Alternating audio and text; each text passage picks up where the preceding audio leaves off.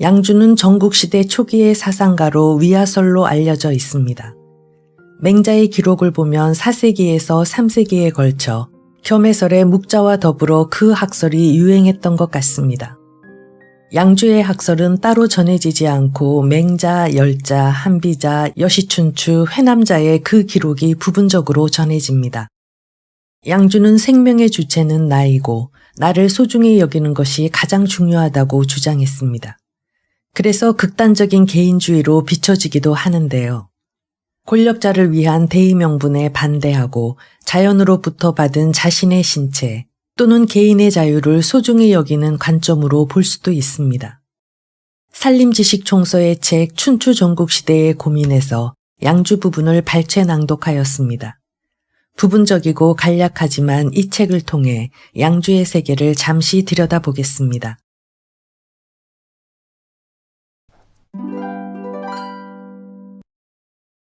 유가의 대표적 사상가 맹자는 그가 살던 시대를 휘어잡던 사상으로 양주의 사상과 묵가 사상 두 가지를 꼽으며 다음과 같이 한탄한 적이 있다.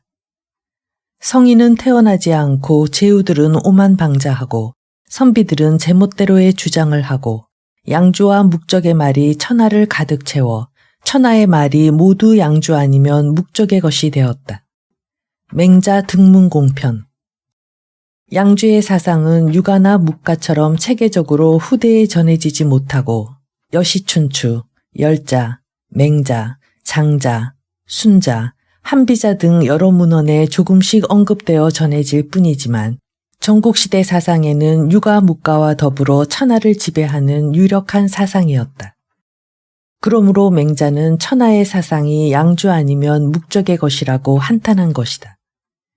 기원전 395년부터 335년 무렵까지 살았을 것으로 추정되는 양주는 위나라 사람이라고도 하고 진나라 사람이라고도 하며 양자, 양자거, 양생 등 여러 이름으로 알려져 있기도 하다.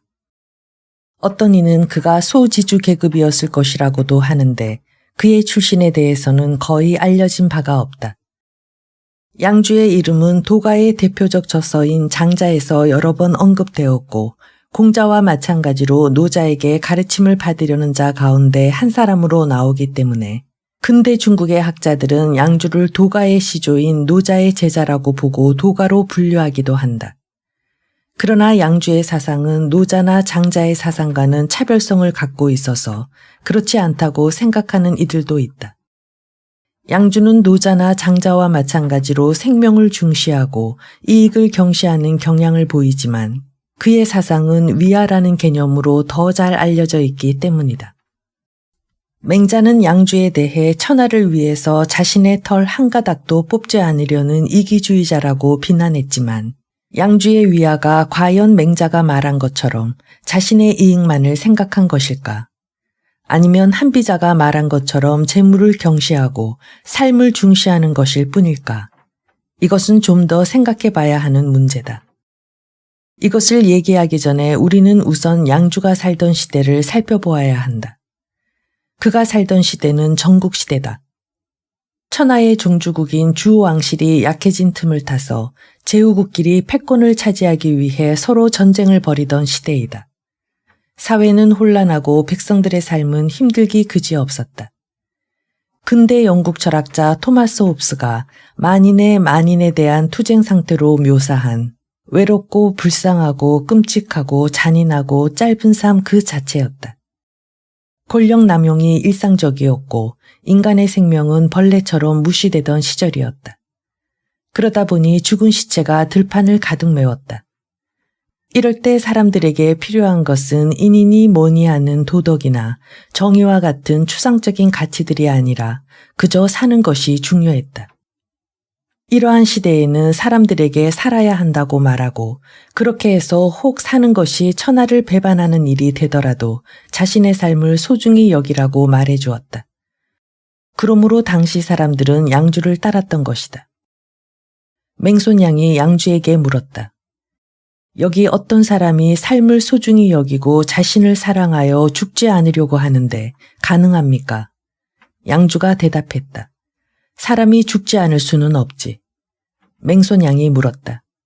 그럼 오래오래 살고 싶은데 가능합니까? 양주가 대답했다. 당연히 오래 살 수야 없지. 삶이란 그것을 귀하게 여기지 않아야 살 수 있는 것이고 몸은 그것을 아끼지 않아야 튼튼해지는 법인데 오래 살 수 있겠느냐.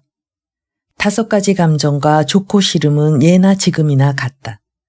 몸을 편안하게 하고 싶은 것도 예나 지금이나 같다.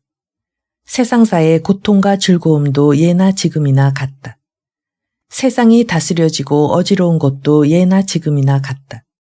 그것을 듣고 보고 또 해보고 100년을 해서 그렇게 많이 질렸는데 하물며 고생하면서 더 오래 살고 싶겠느냐.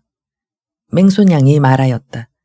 그렇다면 빨리 죽는 것이 오래 사는 것보다 낫고 날카로운 칼을 받고 뜨거운 불에 들어가야 뜻한 바를 얻는 것이군요. 양주가 말하였다. 그렇지는 않다. 태어났다면 죽을 때까지 삶을 살고 바라는 것을 추구하면 죽을 때까지 기다려야 하는 것이다. 장차 죽을 때는 없어지도록 내버려 두는 것이다. 갈 곳을 살피고 다 가면 내려놓는다. 없어지지 않는 것이 없고 내려놓지 않는 것이 없는데 그 사이 빠르고 늦는 것이 무슨 소용이 있겠는가. 열자 양주편. 사람들이 살면서 갖는 생각들은 옛날이나 지금이나 비슷하다. 오래 살고 싶어하고 편안하게 살고 싶어한다. 그렇게 살고자 한다면 보다 더 열심히 건강에 신경 써야 하고 운동으로 몸을 단련시켜야 한다. 그러나 그렇다고 해서 인간이 언제까지나 살 수 있는 것은 아니다. 이것이 자연의 이치이다. 양주는 나를 위한 삶이 이러한 자연의 이치에 어긋나는 것은 결코 아니라는 점을 상기시킨다. 그렇다고 그는 우리에게 쾌락을 추구하며 제멋대로 살아라고도 권하지 않았다. 그렇다면 양주에게 나를 위한 삶이란 어떤 것이었을까? 회남자에서 양주에 대해 언급하는 것을 보면 어느 정도 짐작할 수 있다. 노래를 연주하고 춤을 추는 것을 음악한다고 하고 둥글게 돌고 읍하고 사양하는 것을 예를 닦는다고 하고 후하게 장례 지내고 오래 상을 치르는 것을 죽음을 보내드린다 하는데 이것은 공자가 주장한 것들이지만 묵자는 그것을 부정한다. 서로 사랑하고 어진이를 존중하고 귀신을 따르고 운명을 믿지 말라는 것은 묵자가 주장한 것들이지만 양자는 이것을 부정한다. 온전한 성을 진실로 보존하고 재물을 얻기 위해 자신을 해치지 않는 것은 양자가 주장한 것들이지만 맹자는 부정한다. 취하고 버리는 것이 사람마다 다르며 각각 깨달음이 있다. 회남자 법론 훈편. 양주의 위안은 성을 진실로 보존하고 재물을 얻기 위해 자신을 해치지 않는 것이라고 요약할 수 있다. 재물도 명예도 모두 인간의 욕구에 불과하다. 이것들은 진정한 자아, 즉 성은 아니다. 자신의 외부에 존재하는 것들을 모두 물이라고 말하는데 양주는 물적 욕구를 지나치게 추구하는 것이 결국은 자신을 해치는 것이라고 경고한 것이다. 양주에 대한 한비자의 글을 보면 양주를 더 잘 이해할 수 있다. 지금 여기 어떤 사람이 있는데 의롭다고 해도 위험한 성에 들어가지 않고 군대에 들어가지 않고 천하의 큰 이익을 위해서 털 한 가닥도 바꾸지 않는다. 그리하여 세상의 주인은 반드시 예를 다하고 그 지혜를 귀하게 여기고 그 행동을 높이 평가함으로써 사물을 가볍게 여기고 생명을 귀히 여기던 선비라고 생각한다. 한비자 현학편. 한비자에게 양주는 사물을 가볍게 여기고 생명을 귀히 여기던 선비이다. 양주에게 중요한 것은 결국 자신의 생명이다. 이 세상에 자신보다 소중한 것이 있겠는가? 항상 재화는 부족하고 사람은 많다고 하고 그래서 경쟁을 해야만 한다고 하면서 사람들은 서로 부족한 자원을 가지고 서로 더 많이 갖기 위해 싸운다. 그러나 가만히 마음을 가다듬고 생각해 봐야 한다. 그것이 과연 진실로 자신을 위한 것일까? 재물을 얻어 부자가 되고 힘을 얻어 강자가 되고 지위를 얻어 귀인이 되는 것은 단기적으로는 자신에게 도움이 된다. 그런데 그러다 보면 어느새 자기 자신은 어디로 갔는지 온데간데 없고 재물과 힘과 지위가 우리의 주인이 되어버리고 만다. 내 삶의 주인은 나여야 하는데 실상은 자신이 그런 사물의 노예가 되어버린다. 양주는 그런 우리에게 우리 스스로를 지키라고 충고한다. 한가 털 한 가닥마저 소중히 여기라고. 나는 소중하니까. 털끝과 천하. 양주는 위아를 취하여 털 한 가닥을 뽑아서 천하를 이롭게 한다고 해도 하지 않았다. 맹자 진심편. 맹자는 고작 털 한 가닥이랑 천하를 바꿀 수 있다는데도 양주는 마다했다고 하면서 그 이유가 바로 위아에 있다고 비난했다. 맹자의 이 한마디는 양주를 천하에서 가장 이기적인 사상가로 만들었다.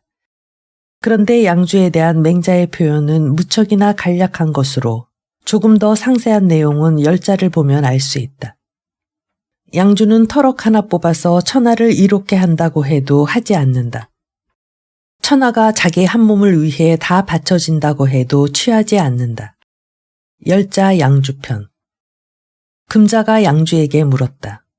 선생의 몸에서 털 한 가닥을 뽑아 세상을 구한다면 하시겠습니까? 양주가 대답했다. 세상은 털 하나로 구할 수 있는 것이 아닙니다. 금자가 물었다. 만약 구할 수 있다면 하시겠습니까? 양주는 대답하지 않았다. 금자가 나가서 맹손양에게 물었다. 맹손양이 말하였다. 당신은 선생님의 생각을 이해하지 못하고 있으니 제가 말해드리지요. 만약 당신의 근육과 피부로 만금을 벌 수 있다면 하겠습니까? 금자가 대답했다. 하지요. 맹손양이 말하였다. 털 하나는 근육과 피부보다 못하고 근육과 털은 관절보다 못하니 아시겠지요. 열자 양주편. 사람은 털과 피부와 근육으로 이루어져 있다. 이것들을 하나하나 떨어뜨려 놓고 보면 하찮아 보이는 것들이지만 이것이 모두 모여야 비로소 하나의 사람이 완성된다. 그러므로 양주에게 털 한 가닥이란 결국 온전한 자기 자신을 상징적으로 표현하는 것이다. 비록 양주는 명확한 대답을 하지 않았지만 나와 천하 둘 중 하나를 고르라면 양주는 나를 선택한다고 대답한 것이라고 이해할 수 있다. 사람들은 고작 털 하나라고 말하지만 각자에게 자신의 생명은 천하만큼 소중한 것이다. 양주의 이야기는 우리에게 사회니 국가니 민족이니 천하이니 하는 보다 고상한 명분을 위해 희생할 것을 요구한다면 이것이 과연 정당한 것이며 용인될 수 있는 것인가를 묻고 있다. 지금은 납득할 수 있다고 생각하는 명분들이 오늘은 우리에게 털 하나를 요구하지만 내일은 우리 몸 전체를 요구할 수도 있기 때문이다. 명예란 거짓일 뿐.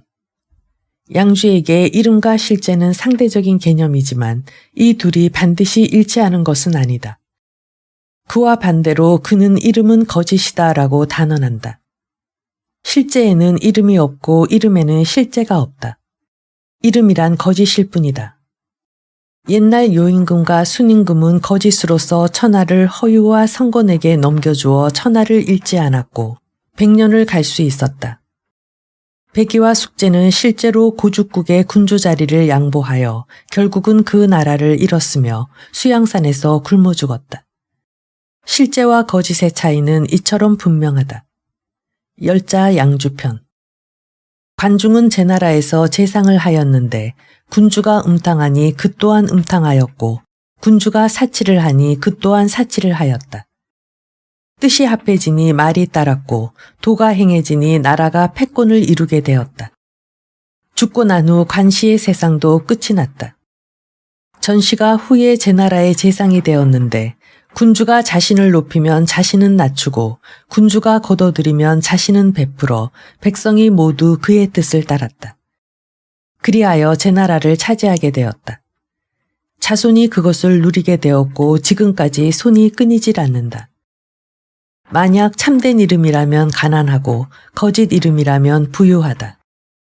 열자 양주편.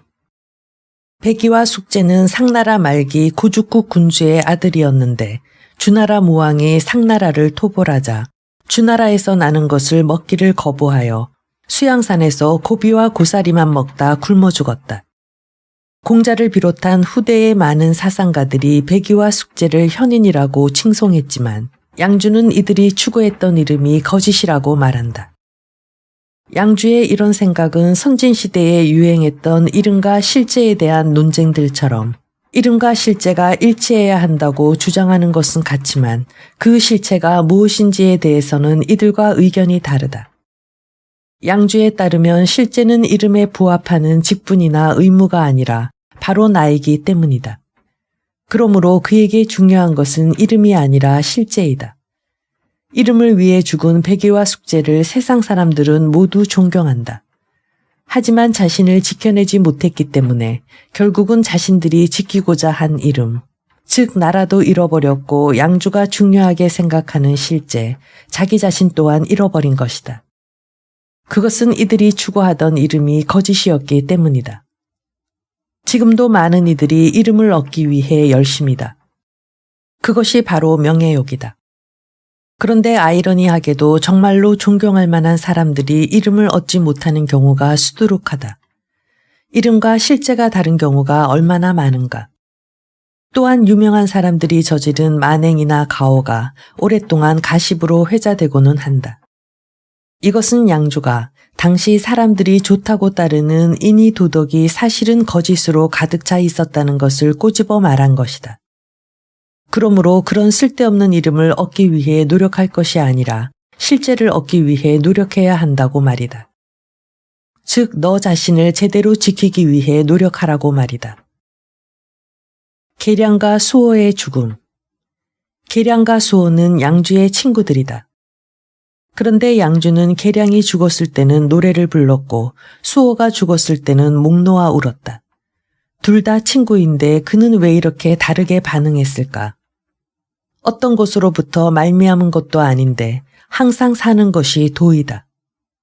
삶으로부터 말미암아 살다가 결국은 죽지만 사라지지 않으니 언제나 변함이 없다. 살다가 사라지면 불행하다. 어딘가에서 생겨났지만 항상 죽는 것 또한 도라고 한다. 죽음으로부터 말미암아 죽는데 그러므로 죽지 않더라도 스스로 사라지는 것이니 또한 언제나 변함이 없다. 죽음으로 말미암지만 사는 것은 행운이다. 그러므로 쓸모가 없어서 사는 것을 도라고 하고 도를 사용해도 죽는 것 또한 언제나 변함이 없다. 이유가 있어서 죽는 것 또한 도라고 하고 도를 사용해도 죽는 것 또한 언제나 변함이 없다. 계량이 죽자 양주는 그 문을 바라보고 노래를 불렀고 수호가 죽자 양주는 그 시신을 끌어안고 곡을 하였다. 사람들은 태어나고 사람들은 죽으며 사람들은 노래하고 사람들은 곡을 한다. 열자 양주편. 양주에게 살고 죽는 것은 자연스러운 이치이다. 사람이 태어나면 언젠가는 죽는 법이다. 그것은 신분이 귀한 사람이든 천한 사람이든 똑똑한 사람이든 어리석은 사람이든 그리고 부유한 사람이든 가난한 사람이든 누구나 마찬가지다. 그것은 요임금이나 순임금과 같은 성인들도 그리고 거리나 주와 같이 나라와 백성을 망친 폭군들도 피할 수 없는 일이다. 그래서 삶은 더욱 소중한 것이며 자신을 더욱 소중하게 생각해야 하는 법이다. 양주는 이렇듯 하늘이 부여한 자연적 경향을 겸허하게 도로서 받아들이고 더 살고자 하는 세속적 욕망에 얽매이지 말 것을 주장한다. 오래 살고 싶은 바람은 인간이 가지는 가장 흔한 욕망 중에 하나이다. 그런데 양주에게는 그것 또한 진정한 자신과는 별개의 것이었다. 식욕과 색욕은 자연스러운 욕망이므로 그는 그것을 부정하지는 않았다. 그것을 그는 온전한 삶이라고 말한다. 소위 삶을 존중한다는 것은 온전한 삶을 의미한다. 소위 온전한 삶이라는 것은 6가지 욕구가 모두 적절하게 이루어진 것을 말한다. 여시춘추 귀생편. 그렇다면 사람이 살면서 무엇을 해야 하는가? 무엇이 즐거운가? 좋은 옷과 음식인가? 좋은 소리와 여자인가? 좋은 옷과 음식이 언제까지나 질리지 않을 리 없고 좋은 소리와 여자도 언제까지나 재미있지는 않다. 형벌로 맞고 명분과 예법으로 구속하면 당황하여 일시에 헛된 명예를 얻으려 경쟁하고 죽은 후에 이름을 남기고자 한다. 홀로 눈과 귀로 보고 듣고 자신의 뜻이 맞는지 틀리는지 신경 쓴다. 헛되게 살아있을 때의 가장 큰 기쁨을 잃어버리고 조금도 스스로 방심하지 못한다. 겹겹이 갇혀 형구를 차고 있는 재수와 무엇이 다르겠는가. 열자 양주편. 양주는 무조건 개인의 쾌락을 추구하라고 말하지는 않는다. 인간의 기본적인 욕구들을 적당하게 충족시킬 수 있는 삶이 가장 좋고 부분적으로 충족되면 일그러진 삶이고 그 어떤 욕구도 충족하지 못하게 되면 궁한 삶이라 할 수 있다. 결국 궁한 삶은 죽음보다도 못하다. 오래만 산다고 잘 살았다고 할 수 없다는 것이 양주의 지론이다. 잘 살았다고 하려면 맛있는 음식도 먹을 수 있어야 하고 아름다운 음악도 들을 수 있어야 하고 좋은 옷도 입어야 하고 그리고 좋은 사람도 만날 수 있어야 한다. 이것이 바로 온전한 삶이다. 그렇지 못하다면 차라리 죽는 것만 못하다. 양주의 친구 계량은 병으로 고생하다 죽었으니 노래를 부른 것이고 수호는 갑자기 죽음을 맞이하였으니 운 것이다. 좋은 삶이란 양의 문제가 아니라 질의 문제라는 것을 말해주는 대목이다. 일단 태어나서 소중한 삶을 얻었으니 잘 살펴보아야 할 것이다. 그리고 죽는 것 또한 당연한 이치이니 죽지 않으려고 기를 쓰지 말고 가진 삶을 잘 살아보려고 기를 써야 할 것이다. 잘난 것과 잘난 척의 차이. 양주가 송나라를 지나다가 동쪽의 여관에 묵었다. 여관 주인에게는 첩이 둘 있었다. 그중 하나는 아름다웠고 하나는 못생겼는데 못생긴 첩을 귀하게 여기고 예쁜 첩은 천하게 여겼다. 양주가 그 이유를 물었다. 여관 주인이 대답하였다. 예쁜 첩은 자기가 예쁘다고 하는데 저는 예쁜지 모르겠습니다. 못생긴 아이는 자기가 못생겼다고 하는데 저는 못생긴 줄 모르겠습니다. 양주가 말하였다. 제자들아, 기억해라. 현명하게 행동하면서도 스스로 현명하게 행동한다고 하지 않으면 어디를 갔어도 사랑받지 않겠느냐. 열자 황제편. 양주는 외부의 사물로 인해 자신의 실체에 해를 끼치지 않는다는 것을 좌우명으로 생각하였다. 자신의 실체란 곧 자신의 본성을 의미한다. 양주가 겉이 아니라 안을 소중히 여겼으며 겉에 현혹되지 않는 자신을 추구했다는 것을 알 수 있다. 현대사회에서 외모는 중요한 재화 가운데 하나다. 외모를 팔아서 다른 것을 살 수 있는 세상이 왔기 때문이다. 그것은 반드시 지금이 자본주의가 지배하는 세상이기 때문은 아니다. 양주가 살던 봉건 사회에서도 예쁜 것은 내세울 만한 가치 중 하나였다. 그럼에도 양주란 외모란 외적인 것일 뿐 정말 소중한 것은 그 안에 숨겨져 있다는 것을 알려주고자 한다. 그러므로 자기 안에 숨겨진 진정한 자신을 찾는 것이 무엇보다 중요하다. 양주가 소중히 여기라고 하는 나는 얼굴이 아니라 마음이다. 외모만 가꾸는 것은 잘난 척일 뿐 잘난 것은 아니다. 양주가 말하는 자신을 소중하게 여기는 것, 자신의 삶을 소중하게 여기는 것은 자랑하는 것이 아니라 자신을 가꾸는 것, 즉 양생을 의미한다. 중국 전환시대 학자인 유향은 양주의 양생을 방일이라는 말로 표현하였다. 방일이란 어디에도 구속되지 않은 상태를 말한다. 태고의 사람은 삶이 잠시 온다는 것을 알고 죽음이 잠시 간다는 것을 알았다. 그러므로 마음에 따라 움직이고 자연히 좋아하는 것을 어기지 않았다. 몸의 기쁨이 가도록 하지 않으니 이름을 위해 고나지 않았다. 성에 따라 논일고 만물이 좋아하는 것을 거스르지 않고 죽은 후에 이름을 남기고자 하지 않으니 그러므로 형벌을 받게 되는 일이 없었다. 명예의 선후, 수명의 다소는 생각하지 않았다. 열자 양주편. 마음에 따라, 자연에 따라, 몸의 기쁨에 따라 움직이는 것, 그것이 바로 방일이다. 방일은 자기 자신만의 이익을 위해 다른 사람을 해치는 극단적인 이기주의와는 다르다. 그것은 명예나 수명을 추구하는 과도한 쾌락주의와도 다르다. 오래 살겠다. 부유하게 살겠다. 자손들에게 더 많은 것을 물려주겠다는 등등의 욕구에 구애되지 않는 것. 그런 욕구들을 내려놓고 진정으로 자기의 삶을 즐기는 것. 그것이야말로 방일이며 그것이야말로 양생이다. 양주가 제자들에게 잘나도 잘난 척하지 말라고 충고했는데 그것은 척하지 말라는 것에 방점이 있다. 척은 거짓이기 때문이다. 사실이 아니기 때문이다. 척은 결국 없는데 갖고 싶은, 자기 것이 아닌데 자기 것으로 만들고 싶은 지나친 욕구에서 비롯된다. 그것은 양주가 주장한 자연스러운 욕구가 아니다. 그런 지나친 욕구를 위해 척하면서 자신을 포장하다 보면 결국은 들통나게 되고 오히려 모든 것을 잃게 된다.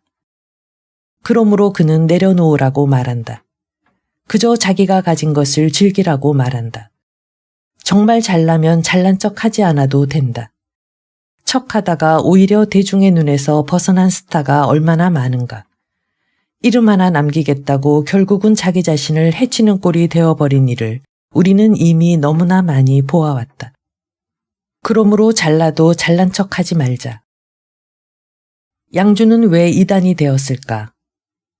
양주의 위아에는 군주가 없고 묵자의 겸해에는 아버지가 없다.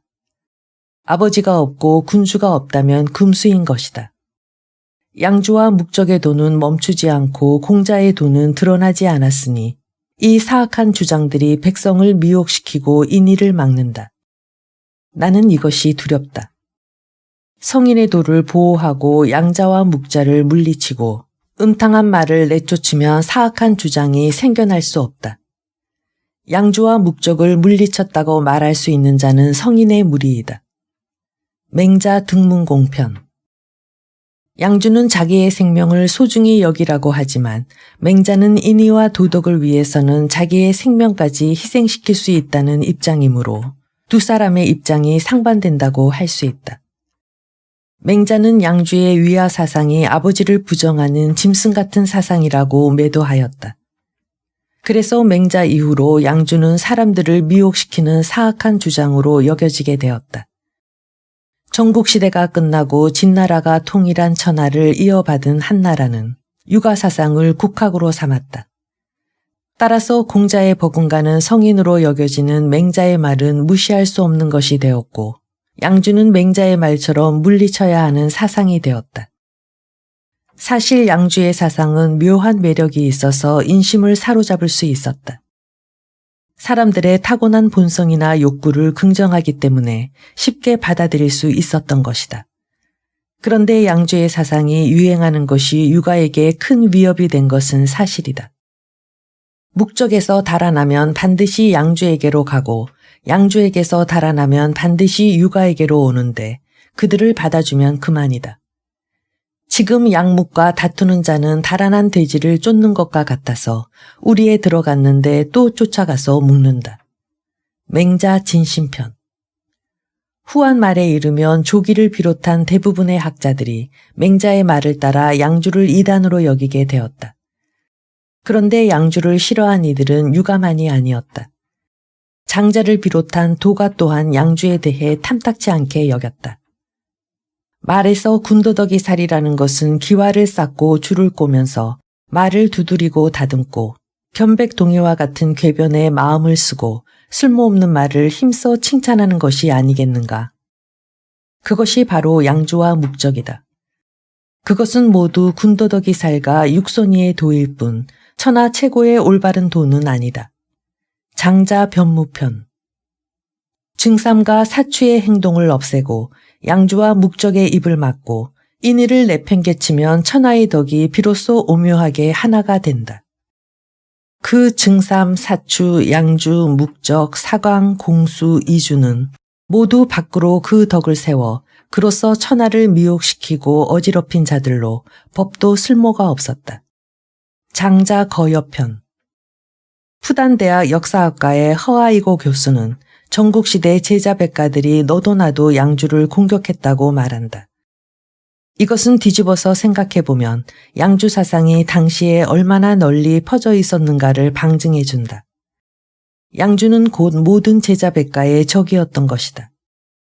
중국 수천 년 역사에서 주류로 자리 잡던 육아 사상도 다른 사상 유파들로부터 얼마나 많은 공격을 받았는가를 보면 짐작할 수 있는 일이다. 선진시대의 양주에 대한 부정적 견해들은 당송시대에 이르러 더욱 견고해졌다. 그리고 한나라 무제에 이르러 육아사상이 국가 이데올로기로 자리 잡으면서 양주는 묵적과 더불어 육아에 대치되는 사상으로 여겨지게 되었다. 그러나 청나라 말기가 되어 서양 사상이 중국에 들어오고 육아 사상의 대안이 모색되면서 양주에 대한 평가가 180도 달라진다. 그는 자유투사로, 권리를 주장한 철학자로, 쾌락주의자로, 개인주의자로 변신했다.